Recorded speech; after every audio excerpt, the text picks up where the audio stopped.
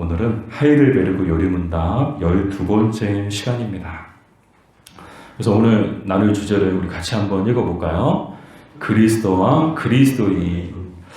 오늘 먼저는 그리스도에 대해서, 그리고 두 번째는 그리스도인에 대해서 우리가 살펴볼 거예요. 그래서 그리스도란 누구를 말하는가, 또 그리스도인이란 또 누구를 말하는가, 그것을 우리가 유념해서 우리 함께 말씀을 통해서 그 의미와 답을 찾았으면 좋겠는데요. 먼저 31문에 보면 왜 예수님을 기름 부음 받은 자라는 뜻의 그리스도라고 부릅니까? 라는 질문이 나오죠. 자, 예수님을 그리스도라는 뜻, 예수님이라는 뜻은 우리가 지난 시간에 살펴봤죠. 어떤 뜻을 갖고 있었나요? 자기 백성을 죄에서 구원한 자다. 그게 예수의 그 이름의 뜻이다. 근데 그리스도라는 이 이름의 뜻은 무엇인가? 이 그리스도라는 단어의 뜻은 무엇인가? 한마디로 기름 부음 받은 자를 뜻하거든요.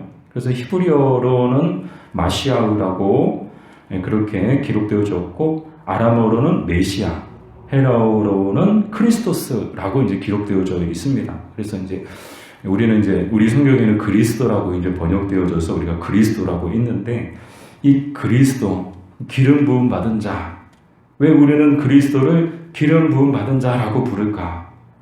답을 통해서 그 이유를 확인해 보겠습니다. 우리 답 부분을 같이 한번 읽겠습니다. 그 이유는 하나님 아버지께서 세우시고 성령으로 기름 부으심을 받았기 때문입니다.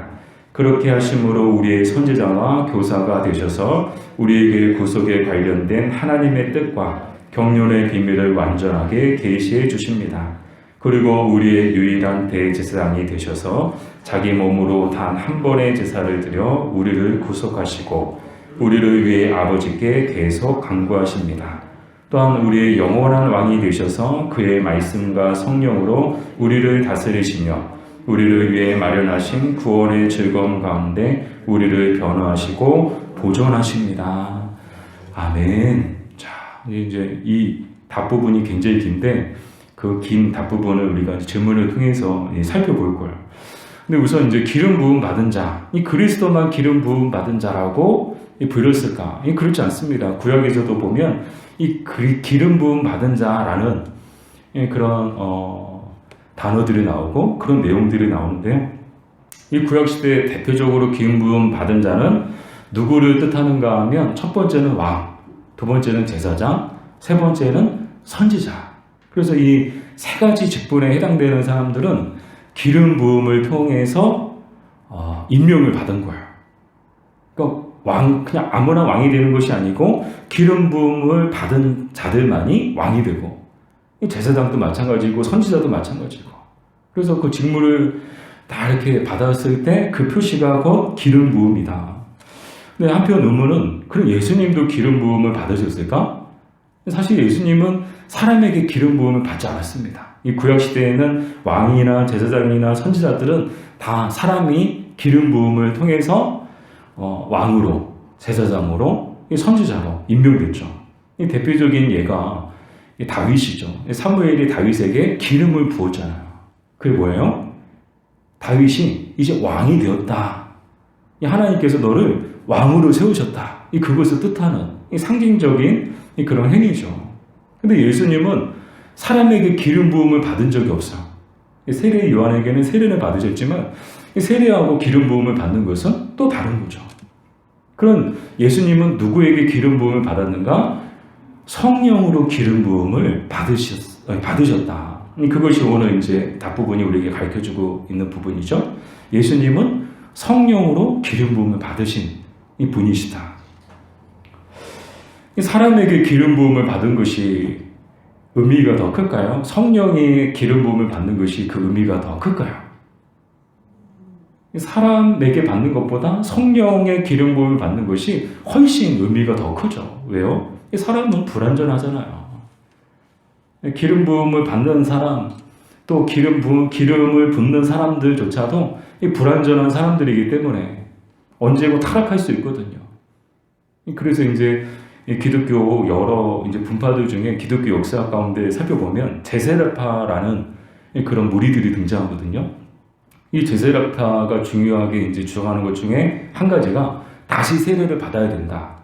그래서 이제 그 근거가 뭔가 하면 자기에게 누군가에게 세례를 줬는데 그 세례를 준 사람이 나중에 타락해서 이단이 된 거예요. 그러면 그 사람이 준 세례는 유효하지 않다. 무효다, 무효. 그 사람에게 받은 세례는 무효다. 그래서 다시 세례를 받아야 된다. 뭐 언뜻 들으면 굉장히 논리적인 얘기처럼 들려지기도 하죠. 그제 그 사람이 그때 나 세례 줄 때만 해도 괜찮았는데 이후에 이단이 돼버렸네? 이단이 교주가 돼버렸네? 그럼 내가 그 사람한테 받은 세례는 가짜네? 나는 다시 세례를 받아야 되겠네? 그렇지 않습니다. 제가 예전에도 한번 말씀드렸던 것처럼 한 번 받은 세례는 영원히 유효해요. 그 사람이 타락한 상태에서 잘못된 세례를 받았다면 그건 세례가 아니죠. 그러나 그 사람이 타락하기 이전에 건전한 그런 생각과 의식을 가지고 또 경건한 의식을 통해서 세례를 베푼 거라면 그 세례는 여전히 유효하다. 자, 그런 내용을 가지고 그런 제세례를 주장했던 그런 무리들이 있었어요. 그러나 우리가 기억해야 될 것은 비록 사람인 불완전하더라도 그 사람이 믿음 안에서 바른 믿음 안에서 행한 그런 성례는 영원히 유효하다는 거예요.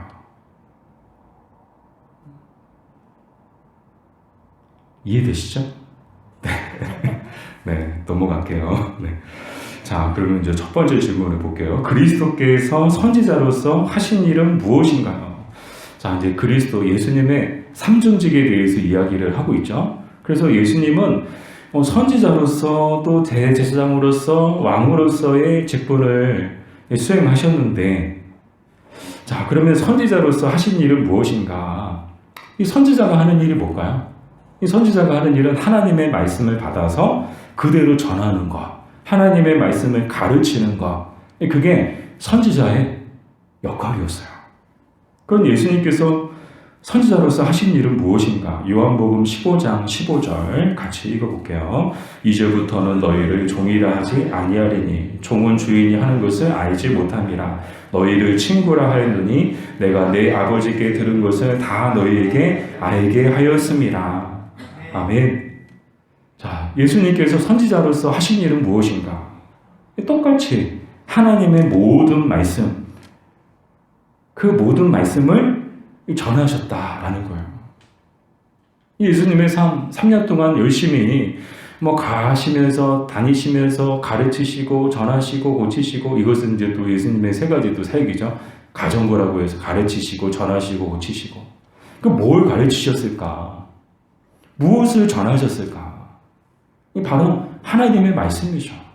이 하나님의 말씀에는 여러 가지들이 있죠. 율법에서 이야기하는 그런 구약의 성경에 관한 것들도 있고, 또 여러 가지 이제 구약 성경에 나오는 그런 가르침들도 있지만, 가장 중요한, 예수님께서 가르치신 가장 중요한 가르침은 무엇이었는가 하면 복음과 하나님의 나라였습니다.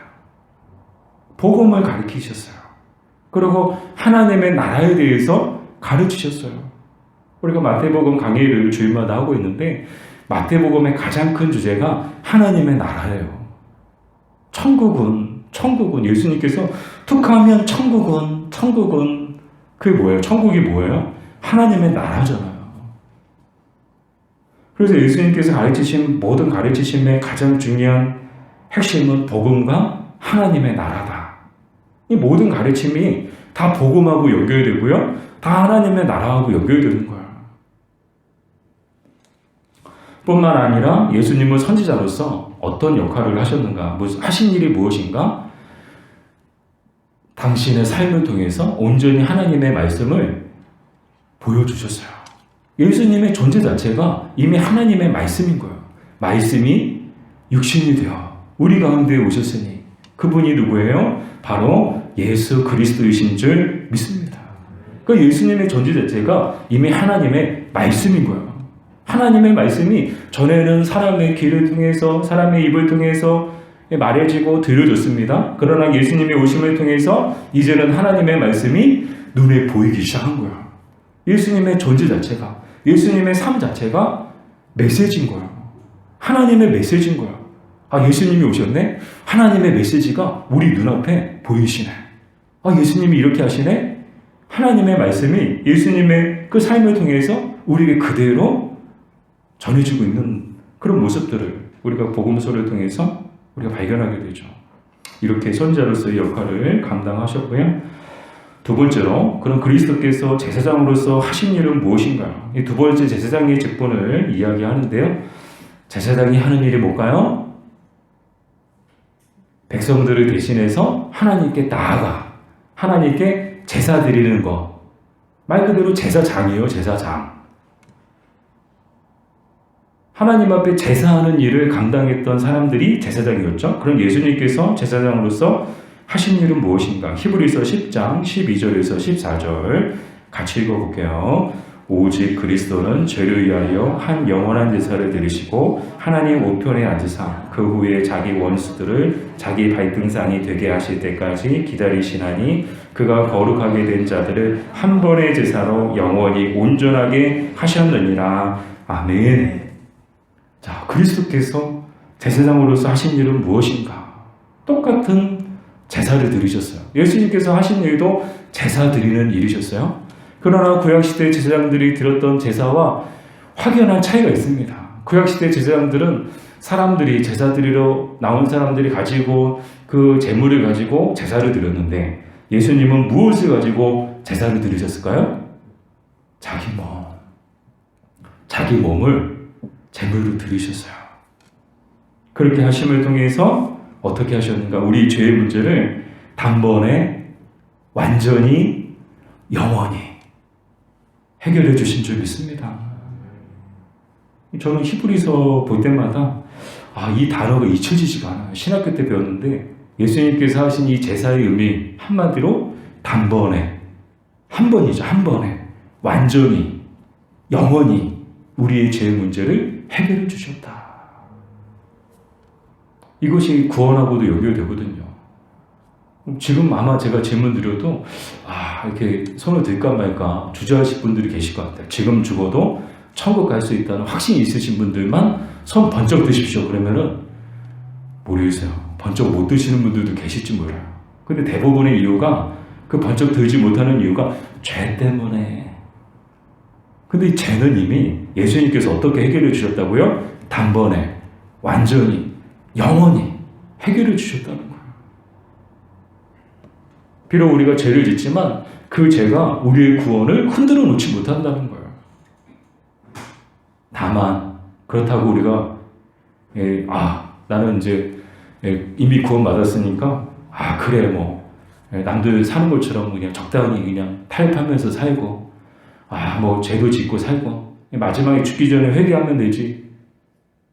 그런 안이한 생각을 가지셔서는 안 되겠습니다. 죄 짓지 않는 걸 원하시지 구원받은 자들이 구원받은 것에 합당한 삶을 살기 원하시지 마치 예수님의 그 십자가의 보혈을 면죄부처럼 생각하고 막 살아도 되는 것처럼 그러면 예수님을 십자가에 두 번 못 박는 행위죠. 자, 이렇게 예수님께서는 우리의 죄를 위하여 자기의 몸을 제물로 드리심을 통하여서 우리의 죄 문제를 단번에 완전히 영원히 해결해 주셨고 또 지금도 살아계셔서 우리를 위하여 간구하시는 줄 믿습니다. 세 번째로 그리스도께서 왕으로서 하신 일은 무엇인가요? 자, 왕이 하는 일이 뭘까요? 왕은 나라를 다스리는 거죠. 법에 따라 나라를 다스리고 백성들을 보호하고 그런 일을 왕이 하죠. 그럼 예수님께서 왕으로서 하신 일은 무엇인가? 고린도전서 1장 8절 같이 읽어보겠습니다. 주께서 너희를 우리 주 예수 그리스도의 날에 책망할 것이 없는 자로 끝까지 경고하게 하시리라. 아멘.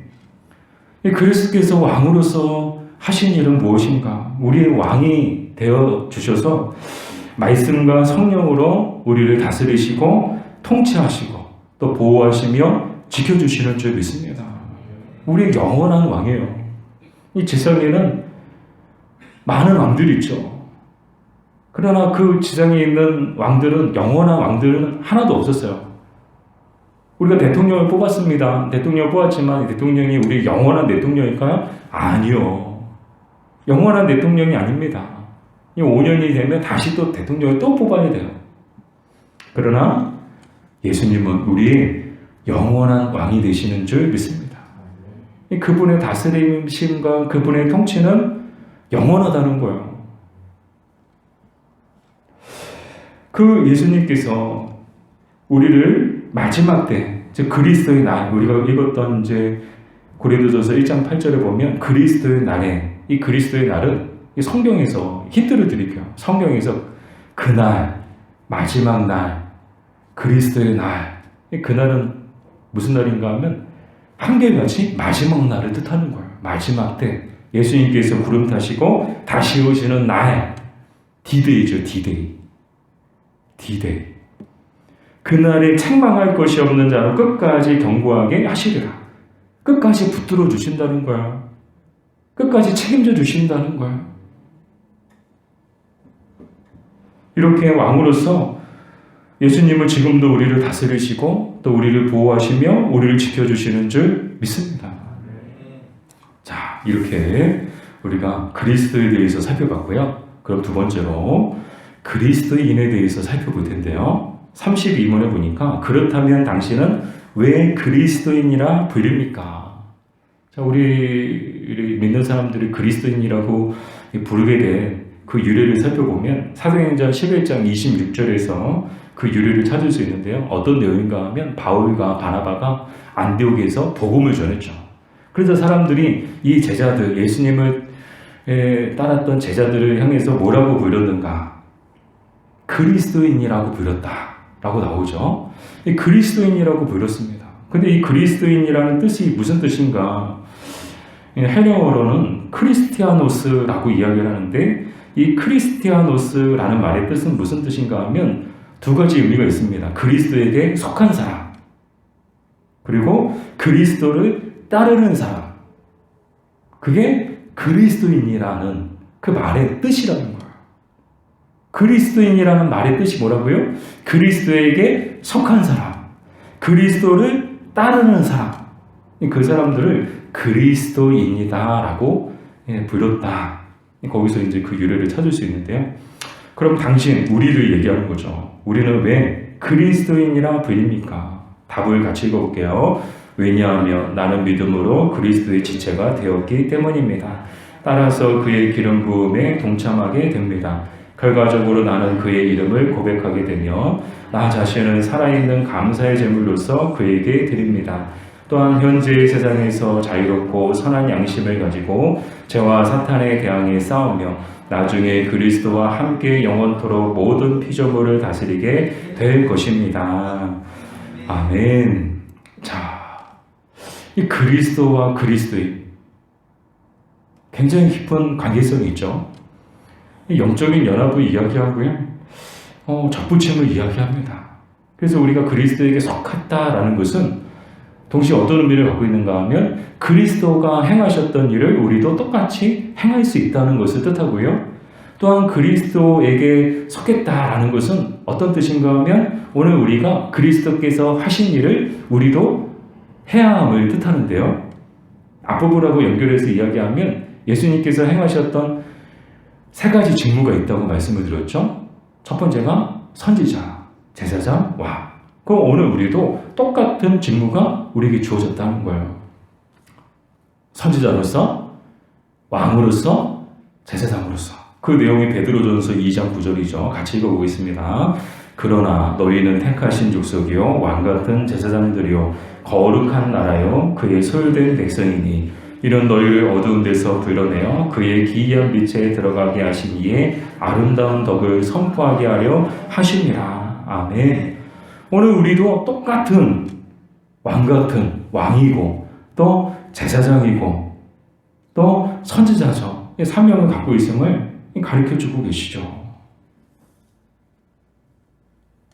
우리는 누가 기름을 부어주셨을까요? 여러분 기름 부음을 받으신 분 혹시 계세요? 구약시대처럼 기름 부음을 받으신 분 있나요? 아니, 없어요. 있으면 큰일 나요. 없어야 돼요. 손들지 마세요. 예수님께서 성령으로 기름 부음을 받으셨던 것처럼 우리도 똑같이 성령으로 기름 부음을 받은 줄 믿습니다. 이 기름 자체가 성령을 뜻해요. 성령. 기름을 부었다. 그 성령이 임하셔서 그 성령이 내주하셔서 성령이 일하시고 그걸 뜻하거든요. 즉 오늘 우리도 성령으로 성령이 우리 안에 오셔서 우리에게 우리가 그리스도에게 속한 자들임을 또 그리스도를 따르는 자들임을 깨닫게 해주셨고 또 믿음을 주셨고 그럼을 통해서 우리 안에 어떤 마음을 주셨는가? 우리도 그리스도처럼 선지자로서 제사장으로서 왕으로서 사역해야 함을 가르쳐주고 계시는데요. 자, 그렇다면 그리스도인들이 선지자로서 해야 할 일은 무엇인가요? 고린도전서 3장 16절 같이 읽어보겠습니다. 그리스도의 말씀이 너희 속에 풍성히 과하여 모든 지혜로 피차 가르치며 권면하고 시와 찬송과 신령한 노래를 부르며 감사하는 마음으로 하나님을 찬양하고 아멘. 자, 선지자로서 해야 되는 일이 무엇인가? 첫 번째는요, 그리스도의 말씀이 우리 속에 풍성히 과하게 해야 하는 줄 믿습니다. 늘 우리 안에 말씀이 풍성하게 있어야 된다는 거예요.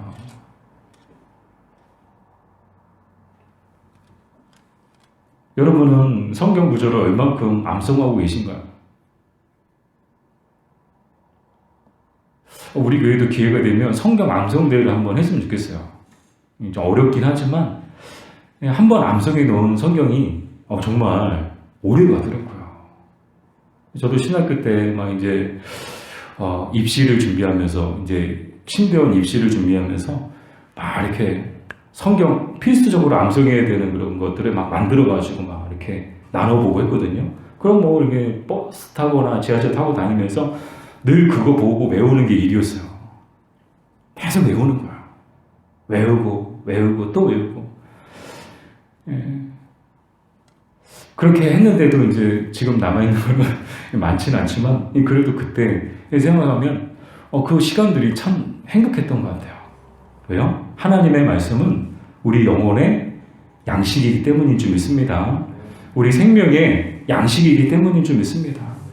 우리 육체는 밥을 먹어야 살아요. 그럼 우리 영혼은 뭘 먹어야 하는가? 말씀을 먹어야 하는 줄 믿습니다. 말씀이 우리 영의 양식인 줄 믿습니다. 아무리 밥 잘 먹으면 뭐예요? 영혼이 피폐하면요? 불쌍한 거예요. 비록 육신적으로 이 풍성한 삶을 살지는 못한다 할지라도 영적으로 우리가 풍성한 삶을 살면 육신의 그 풍성하지 못한 것, 궁핍함은 중요한 문제가 아니에요. 바라기는 늘 영적으로 이 풍성한 삶을 사는 저와 여러분들이 되셨으면 좋겠습니다. 빌립보서 2장 15절 같이 읽어볼게요. 이는 너희가 흠이 없고 순전하여 어그러지고 거스르는 세대 가운데서 하나님의 흠없는 자녀로 세상에서 그들 가운데 빛들로 나타내며 아멘. 자, 이 귀한 말씀이죠. 선지자로서 우리가 해야 될 일이 뭔가? 세상의 빛이 되고 세상의 소금이 되어야 된다. 예수님의 존재 자체가 하나님의 메시지였던 것처럼 우리의 삶도, 우리의 삶 자체가, 우리의 존재 자체가 하나님의 말씀이어야 하는 줄 믿습니다. 그래서 제가 이제 제 모토가 그거예요. 전도지 막 드리는 거 중요하죠. 그러나 우리의 삶이 전도지가 되어야 한다. 삶이 전도지가 안 되고 그냥 전도지만 백날 드리면 뭐예요? 먼저 우리의 삶이 전도지가 될 때, 그렇게 해서 전도할 때 그 전도는 100% 열매 맺는 전도가 될 것이라고 저는 그렇게 생각해요. 바라기는 우리의 삶이 전도지가 됐으면 좋겠어요. 참 어렵죠, 그죠? 천옥서 집사님이 말씀대로 살고 믿음대로 산다는 거 참 어렵다고. 정답이에요. 어려워요. 예수님 믿는다는 거는 결코 쉬운 일이 아니에요. 적당히 믿으면 적당히 구원받겠죠. 적당히 믿으면 쉬워요. 그러나 제대로 믿는다면 믿음이라는 것은 결코 쉽지 않아요. 어려워요. 포기해야 되고, 절제해야 되고, 희생해야 되고, 헌신해야 되고, 참아야 되고. 그럼에도 불구하고 정말 이 믿음의 길을 끝까지 걸어가는, 이 좁은 길 끝까지 걸어가는 우리가 되었으면 좋겠습니다. 두 번째로 그리스도인들이 제사장으로서 해야 할 일은 무엇인가요? 로마서 12장 1절 같이 읽어보겠습니다. 그러므로 형제들아 내가 하나님의 모든 자비하심으로 너희를 권하노니 너희 몸을 하나님의 기뻐하시는 거룩한 산제물로 드리라. 이는 너희가 드릴 영적 예배니라. 아멘. 자, 제사장이 하는 일이 뭐죠? 하나님 앞에 제사를 드리는 거예요. 근데 그러면 우리가 그리스도인으로서, 우리가 제사장으로서 해야 할 일은 무엇인가? 똑같아요. 우리 몸을 산 제물로 드리는 거예요. 사람을 잡아가지고 사람을 불에 태우라는 말씀이 아닙니다. 삶을 드리라는 거죠. 마음을 드리고 삶을 드리는 거. 그것이 정말 우리가 하나님 앞에 드려야 할 산제사다. 자, 뿐만 아니라 제사장으로서 해야 될 일은 무엇인가? 날마다 하나님 앞에 나아가야 하는 일을 우리가 해야 되는 거예요. 제사장이 하는 일이 뭐예요? 날마다 성소에 들어가는 거거든요. 아침이고 밤이고 날마다 들어가서. 그게 제사장이 하는 일이거든요. 그럼 오늘 우리가 그리스도인으로서 해야 될 일은 뭔가? 날마다 하나님 앞에 나아가야 된다는 거예요. 그렇다고 교회에 날마다 오시라는 말씀은 아니에요. 교회에 나와야만 하나님 앞에 나아가는 것인가? 아니요. 하나님은 여러분의 가정에도 계시고 여러분의 일터에도 계시고 교회에도 계세요. 여러분이 계신 곳에서 하나님 앞에 나아가라는 거예요. 그곳이 곧 성소가 되고 지성소가 된다는 거예요. 자, 세 번째로 그리스도인들이 왕으로서 해야 할 일은 무엇인가요? 에베소서 6장 12절 13절 같이 읽어보겠습니다. 우리의 씨름은 혈과 육을 상대하는 것이 아니요 통치자들과 권세들과 이 어둠의 세상 주관자들과 하늘에 있는 악의 영들을 상대합니다. 그러므로 하나님의 전신갑주를 취하라. 이는 악한 날에 너희가 능히 대적하고 모든 일을 행한 후에 서기 위함이라. 아멘. 자, 왕으로서 해야 될 첫 번째 일은 무엇인가 하면 영적 전쟁을 해야 된다는 거야. 왜 그런가? 이 종교개혁자 칼빈이 이런 말을 했거든요. 교회, 천상의 교회가 있고 지상의 교회가 있다. 천상의 교회는 천국의 교회죠. 지상의 교회는 이 땅의 교회를 얘기하는데 천상의 교회를 뭐라고 말하는가 하면 천상의 교회는 승리한 교회다. 반면 지상의 교회는 전투하는 교회다. 그렇게 말했어요. 천국은 이미 승리한 사람들이 모여있는 교회예요. 근데 우리 이 지상의 교회를 다니고 있고 속해 있는 이 땅에 살고 있는 우리는요, 지금 어떤 교회예요? 전투하는 교회. 이 전투는 언제 끝날까요? 그리스도의 날에 끝나요. 그때까지 우리는 영적인 전쟁을 계속해서 싸워야 되는 거예요. 영적인 전쟁을 계속 치러야 되는 것이죠. 그럼 왕으로서 우리가 해야 될 일은 무엇인가? 왕은 그 옛날 이제 영화 같은 거 보면 중세 그런 그 영화 같은 거 보면 막 싸움 막 할 때 왕들이 맨 앞에 앞장서서 나가더라고요. 참 멋있는 왕인 것 같아요. 막 앞으로 공격하라. 자기는 뒤에서 그냥 지시만 하고 그냥 몸살이고 그러지 않고요. 와, 정말 용감한 왕들은요, 맨 앞에 가장 먼저 선두로 막 100마리 타고 막 공격하라. 맨 앞에 앞장서서 왕이 먼저 나가요. 우리가 해야 될 일이 뭘까요? 이 역적 전쟁의 선봉장에 우리가 섰다라는 것을 기억하고 정말 하나님의 전신갑주를 입고 늘 영적 전쟁에 임해야 된다는 거예요. 그게 우리가 왕으로서 해야 될 일이다. 여러분 죄송합니다. 뭔가 왕이라고 있으면 좀 이렇게 편하고 행복하고 좀 누리고 그럴 줄 알았더니 왕으로서 해야 되는 첫 번째 일이 영적 전쟁이라. 왜요? 성을 지키기 위해서, 자기 백성과 자기 나라를 지키기 위해서, 자기의 왕권을 지키기 위해서는요, 반드시 대적들하고 싸워야 되는 거예요. 그러니까 왕이 첫 번째 해야 되는 일은 영적 전쟁인 거예요. 우리도 마찬가지입니다. 우리의 가정, 우리 공동체, 우리의 믿음, 우리의 영혼, 우리의 인생. 지키기 위해서는 반드시 영적 전쟁을 치러야 된다는 거예요. 두 번째로 왕으로서 해야 될 일이 무엇인가? 시편 16편 3절에 나오죠. 같이 읽어보겠습니다. 땅에 있는 성도들은 존귀한 자들이니 나의 모든 즐거움이 그들에게 있도다. 아멘. 자, 성도들은 존귀한 자들이다. 이 하나님의 말씀이죠. 이 말이 무슨 말인가? 우리는 그리스도인들은 왕으로서 해야 될 일은 무엇인가? 왕의 품격과 품위를 갖춰야 된다는 거예요. 우리는 왕 같은 존재들이라는 거죠. 우리는 이 하나님 나라의 왕 같은 제사장들이고, 왕 같은 백성이고, 그러니까 우리의 영적 신분이 뭐예요? 우리 한 사람 한 사람이 다 왕이라는 거예요.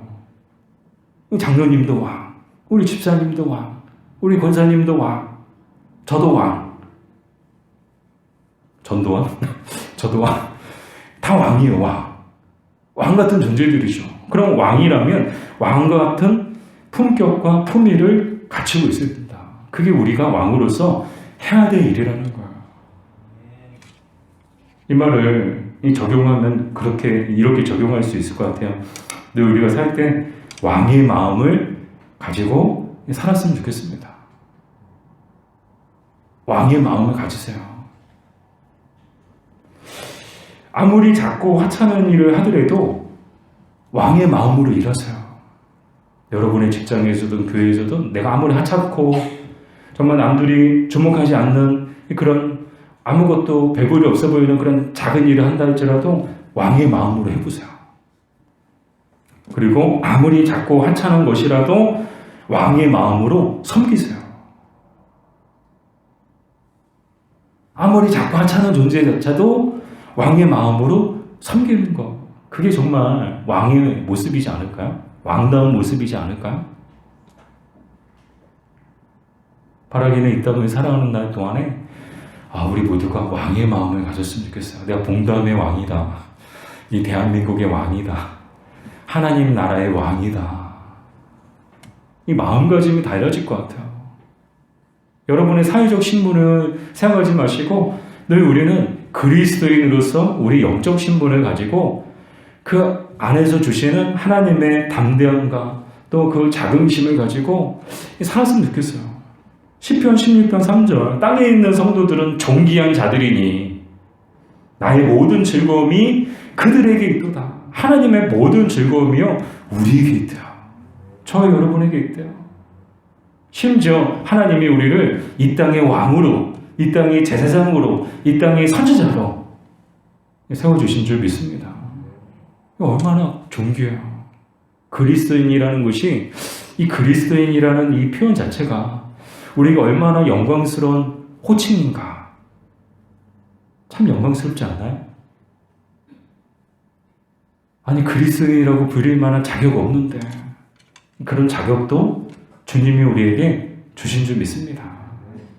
그래서 늘 선지자로서, 이 땅에 사는 날 동안의 선지자로서, 또 제사장으로서, 왕으로서 해야 할 일들을 잘 감당하며 통해서 하나님을 기쁘시게 하고 또 사람들을 행복하게 하는 저 여러분 되시기를 주님의 이름으로 축복합니다.